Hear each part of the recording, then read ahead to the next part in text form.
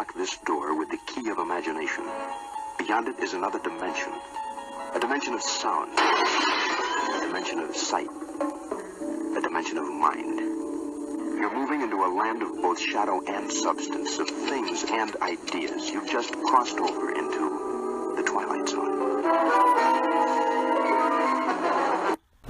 Russian researchers in the late 1940s kept 5 people awake for 15 days using an experimental gas-based stimulant. They were kept in a sealed environment to carefully monitor their oxygen intake so the gas didn't kill them, since it was toxic in high concentrations. This was before closed-circuit cameras, so they had only microphones and 5-inch thick glass porthole-sized windows into the chamber to monitor them. The chamber was stocked with books, cots to sleep on, but nothing heating, running water and toilet, and enough dried food to last all 5 for over a month.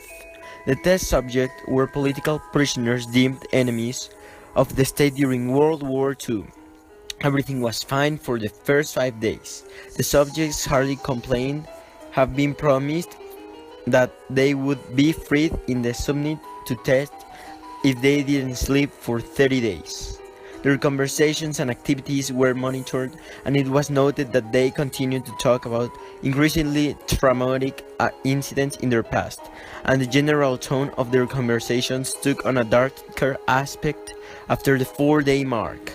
After 5 days, they started to complain about the circumstances and events that led them to where they were and started to demonstrate severe paranoia. They stopped talking to each other and began alternately whispering to the microphones and one-way mirrored portholes. Oddly, they all seemed to think that they could win the trust of the experimenters by turning all their commanders. The other subject in captivity with them, at first the researchers suspected this was an effect of the gas itself. After 9 days, the first of them started screaming. He ran the length of the chamber repeatedly, yelling on the top of his lungs for 3 hours straightly.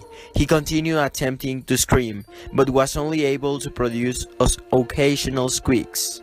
The researchers postulated that this had physically torn his vocal cords. The most surprising thing about this behavior is that how other captives reacted to it, or rather didn't react to it. They continued whispering with the microphones, until the second of the captives started to scream. The 2 non-screaming captives took the books apart, smeared page after page on their own fences and passed them calmly over the glass portholes.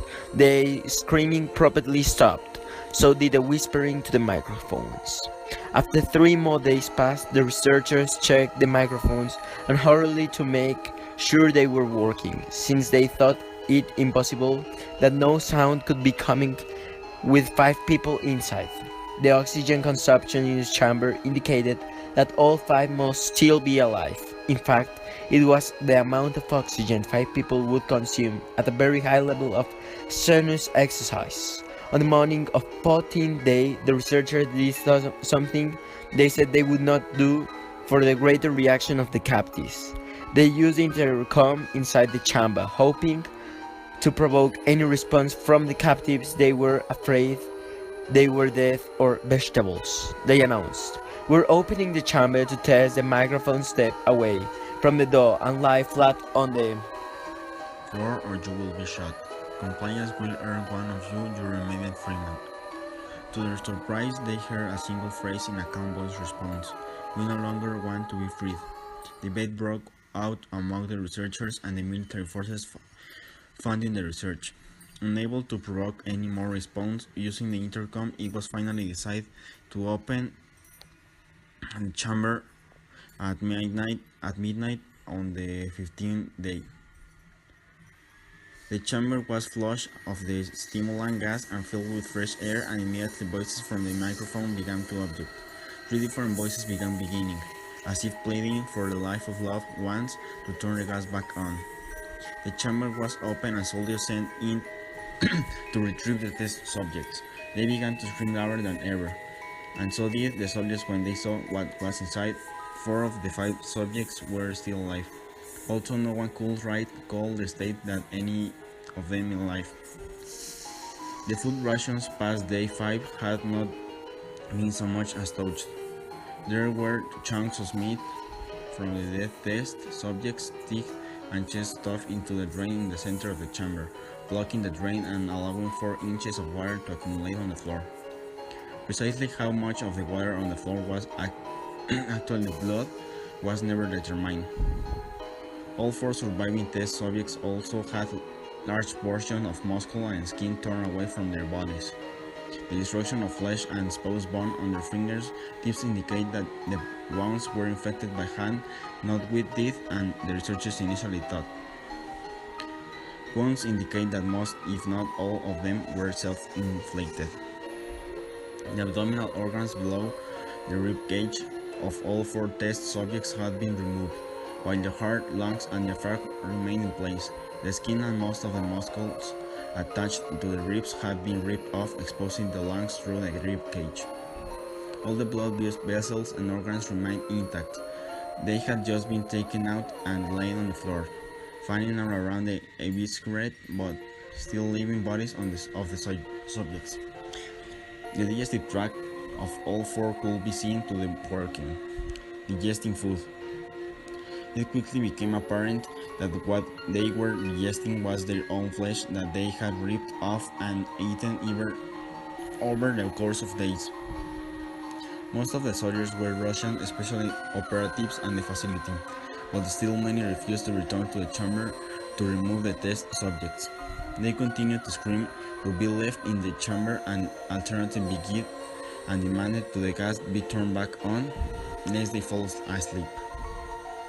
To everyone's surprise, the test subjects put up a fierce fight in the process of being removed from the chamber. One of the Russian soldiers died from having his throat ripped off. Another was gravely injured by having his testicles ripped off and an artery in his leg severed by one of the subject's teeth. Another 5 of the soldiers lost their lives in due count, ones that committed suicide in the weeks following the incident. In the struggle, one of their 4 living subjects has his spleen ruptured and he bled out almost immediately. The medical researchers attempted to sedate him, but he was proved impossible. He was injected with more than 10 times the human dose of a morphine derivative and still fought like a cornered animal, breaking the ribs and arm of one doctor. When heart was seen to beat for a full 2 minutes after he bled, out of the point there was more air in his vascular system than blood. Even after it stopped, he continued to scream and failed for another 3 minutes, struggling to attack anyone in reach and just repeating the word more, over and over, weaker and weaker, until he finally fell silent.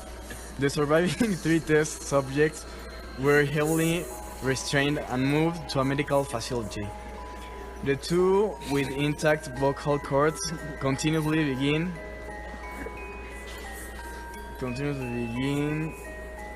begging to gas, demanding to be kept awake. The most injured of the 3 was taken to the only surgical operating room that the facility had. In the process of preparing the subject to have his organs placed back within his body, it was found that he was effectively immune to the sedative that had given him to prepare him for the surgery.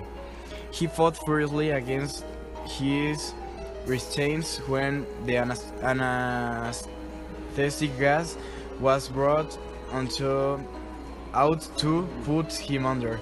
He managed to tear most of the way through a 4-inch wide leather strap on one waist, even through the weight of all 200-pound soldier holding that waist as well.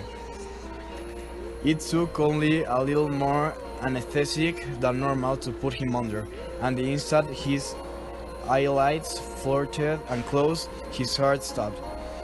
In the autopsy, of the test subject that died on the operating table, it was found that his blood had triple of normal level of oxygen.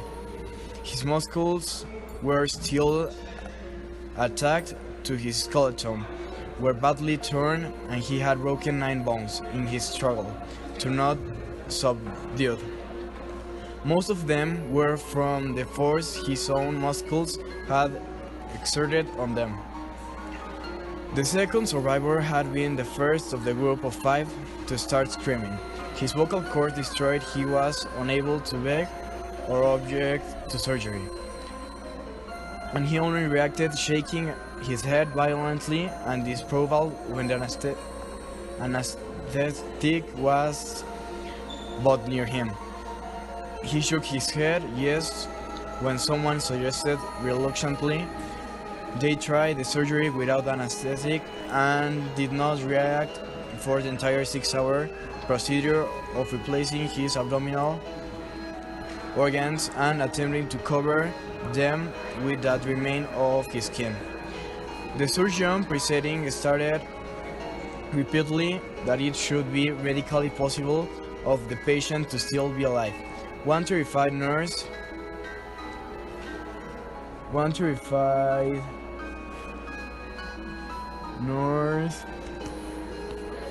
assisting the surgery stated that she had seen the patient's mouth curl into a smile several times whenever his eyes met hers. When the surgery ended, the subject looked at the surgeon and began to wheeze loudly, attempting to walk while struggling. Assuming this must be something of drastic importance, the surgeon had a pen and pad fetched so the patient could write his message. It was simple: keep cutting. The other 2 test subjects were given the same surgery, both without anesthetic as well, although they had to be injected with some paralytic for the duration of the operation. The surgeon found it impossible to perform the operation while the patients laughed continuously. One paralyzed, the subjects could only follow the attending researches. With their eyes, the paralytic cleared their system in an abnormally short period of time, and they were soon trying to escape their bonds. The moment they could speak, they were again asking for the stimulant gas. The researchers tried asking why they had injured themselves, why they had ripped out their own guts, and why they want to be given the gas again. Only one response was given: I must remain awake. All 3 subjects' restraints were reinforced and they were placed back into the chamber awaiting determination as to what should be done with them. The researchers, facing the wrath of their military benefactors for having failed the state goals of the project, considered euthanizing the surviving subjects. The commanding officer and ex-KGB instead saw potential and wanted to see what would happen if they were put back on the gas. The researchers strongly object, but were overruled in preparation for being sealed in the chamber again. The subjects were connected to an EEG monitor and had their restraints padded for long-term confinement. To everyone's surprise, all 3 stopped struggling the moment it was let slip that they were going back on the gas. It was obvious that at this point all 3 were putting up a great struggle to stay alive. One of subjects that could speak was humming loudly and continually. The mute subject was straining his legs against the leather bonds with all his might. First left, then right, then left again. For something to focus on, the remaining subject was holding his head of his pillow and blinking rapidly. Having been the first to be wired for the EEG, most the researchers were monitoring his brain waves in surprise. They were normal most of the time, but sometimes flat-lined inexplicably. It looked as if he were repeatedly suffering brain death before returning to normal. As they focused on paper scrolling out of the brainwave monitor, only one nurse saw his eyes sleep shut. At the same moment, his head hit the pillow. His brainwaves immediately changed to what of deep sleep, then flatlined for the last time as his heart simultaneously stopped. The only remaining subject that could speak started streaming to be sealed in now. His brainwaves showed the same flat lines as one who had just died from falling asleep. The commander gave the order to seal the chamber with both subjects inside, as well as 3 researchers. One of the named 3 immediately drew his gun and shot the commander point blank between the eyes, then turned the gun on the mute subject and blew his brains out as well. He pointed his gun at the remaining subject, still restrained, to a bed as the remaining members of the medical and research team fled the room. "I won't be locked in here with these things." "Not with you," he screamed, and the man straight to the table. "What are you?" he demanded. "I must know." The subject smiled. "Have you forgotten so easily?" The subject asked. "We are you. We are the madness that lurks within you, all beginning to be free at every moment in your deepest animal mind. We are what you hide from in your beds every night. We are what you sedate into silence and paralysis when you go to the nocturnal haven where we cannot tread." The researcher paused, then aimed at the subject's heart and fired. The EEG flatlined as the subject weakly choked out, so nearly free.